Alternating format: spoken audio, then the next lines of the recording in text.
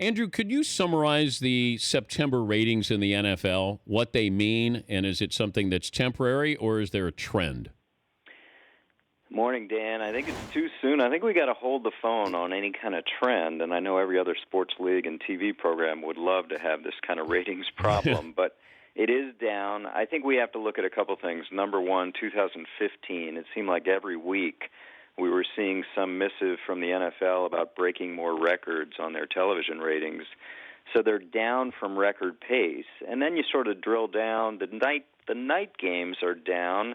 The day games really aren't. Night games, couple reasons. Maybe, the marquee teams, the Broncos and Patriots, without their marquee players from last year, Brady and Manning, maybe it has something to do, a lot to do, in my opinion, with the election. For those who haven't, been living under a rock for a year, the election is polarizing, which means it's drawing a lot of viewers to cable news networks, and those viewers would otherwise be watching something else. So, again, I think it's short-term, it's temporary, but it's something to watch. Also, people brought up Colin Kaepernick, the protest factor with the NFL. How much do you think that is subtracted from the ratings, if it has at all? Yeah, it's hard to believe that it has. I mean, I don't know if you ascribe a negativity to that because you don't watch, because there's some protest angle you think is hurting the game. I think it's too soon for that as well. I do think this Kaepernick thing, whatever you want to call it, is not going away. I think we're going to continue to talk about it, but I don't see that as turning people away. And the other thing I heard, Dan, is the product. Now, the product, we hear from these coaches lament about lack of work in the off season, and they're not developing the skills. That's a CBA issue. Obviously, the coaches weren't consulted. That was between the players and the owners, and everybody was okay with reducing the off season.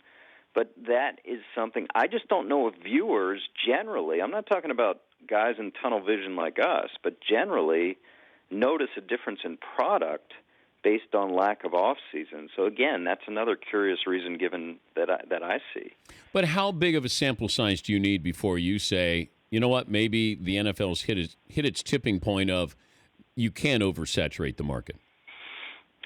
Certainly beyond the election, Dan. I just think Donald Trump is like an accident on the side of the road. I'm not saying that for political reasons. I'm saying it for ratings reasons.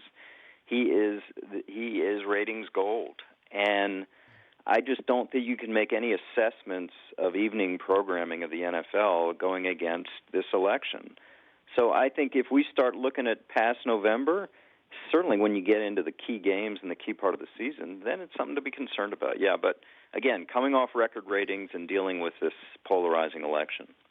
If all sports leagues were stocks, which one would you buy now? Great question. I'm still buying blue chip here. The NFL provides this attractive programming of perfectly packaged, manicured games that is hard to turn away from. Obviously, it's the blue chip. And in terms of rising stocks, I always look at the NBA because it's a star-driven league. We're a star-driven society. I mentioned Trump, obviously. This is something where people are attracted to the big names. And the NBA has spiced up so many teams with these players that, again, are shiny objects you can't turn away. If the MMA were a stock, would you buy? I think so, because I think what this younger generation is looking for is quick hit, pardon the pun, but quick hit action, and it's got it. I mean, I think I look at a problem for the NFL going forward with the time of games. We're packaging 11 and a half minutes, 12 minutes of action into 3.5 hours. And there's got to be an ability to sustain younger viewers that don't want to sit there. Now, fantasy and clicking channels and all that keeps people engaged through all these time stoppages, but I think that's a concern. Andrew, good to talk to you this morning. Thanks for joining us. Always a pleasure, Dan. Take care. It's Andrew Brandt, the MMQB.com, also the mothership. The Dan Patrick Show, weekday mornings on Audience.